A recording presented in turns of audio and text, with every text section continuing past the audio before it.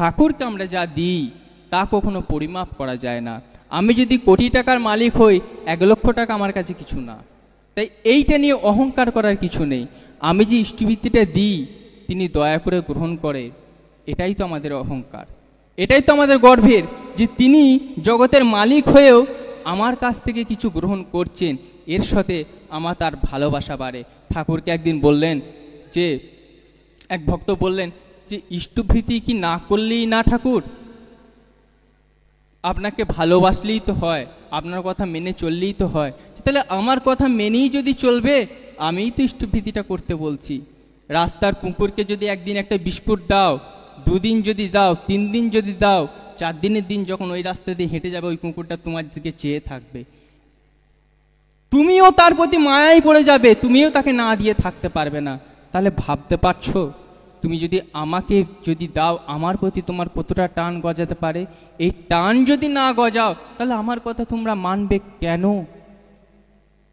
মা করলে হয় না, মাকে কিছু দিতে হয়।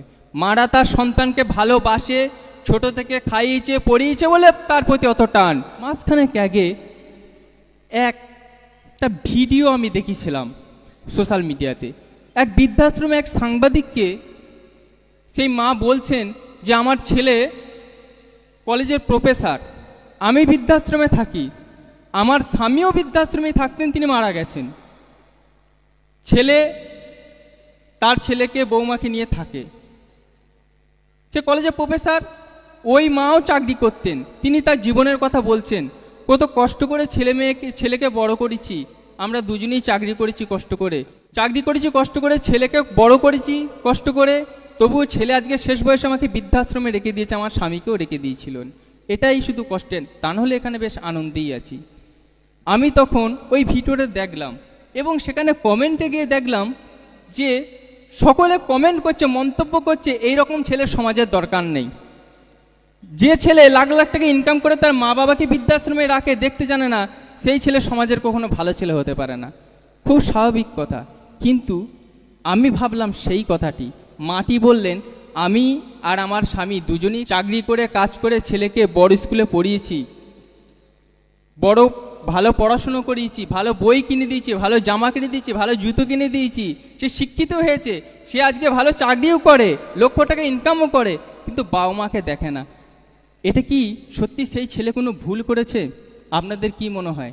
এই যে সকল, এটা স্বাভাবিকভাবে সবাই মনে করবেন যে সত্যি তো ছেলে ভুল করছে, কিন্তু আমি ভেবে দেখলাম ওই ঠাকুরের মাপকাঠিতে ঠাকুর বলছেন যে আদো কথার সময় হতে করে করিয়ে যা শেখাবি, সেটিই হবে মোক্ষম ছেলের, হিসেবে চল নয় পস্তাবি।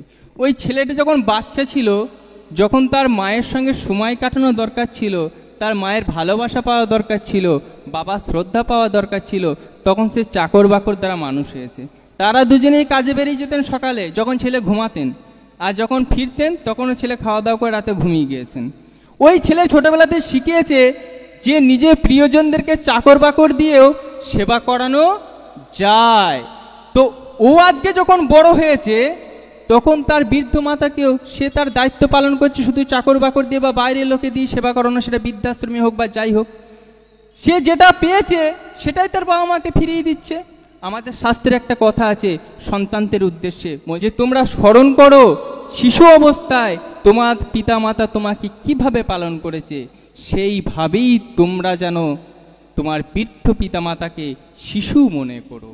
তো ওই বৃদ্ধ পিতামাতা, ছেলেটা যখন বাচ্চা ছিল তখন সেবা করে যে চাকর বাকর দিয়ে নিজেরা চাকর হয়ে বাইরের মানুষের, তারাও তাই করছে। তাই আমাদের সবার প্রথম বুঝতে হবে যে শিক্ষাটা আর লেখাপড়াটা এক জিনিস না।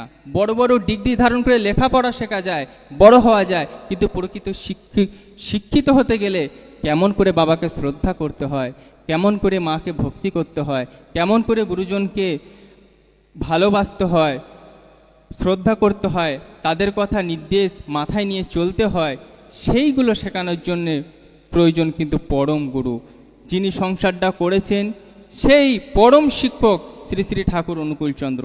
আসুন আমরা যারা তাকে ধরেছি, আমরা চেষ্টা করি তাকে আরও ভালো করে নিয়ে চলবার, এবং যারা ধরেও তাকে মানতে পারছেন না তাদের কাছে গিয়ে তার প্রতিনিধি হয়ে, তার সন্তান হয়ে, আমি যদি আমার বাবাকে ভালোবাসি, আমার মাকে ভালোবাসি, তাহলে কি করব?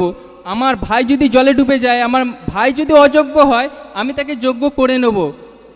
ঠিক একইভাবে ঠাকুরকে যদি ভালোবেসে সত্যি যদি আমি ভালো থাকি, সন্তান হয়ে, তার সন্তান হয়ে, তার আরেকটা সন্তান যদি কষ্টে থাকে, খারাপ থাকে, আমি কখনোই তাকে ছেড়ে আসবো না।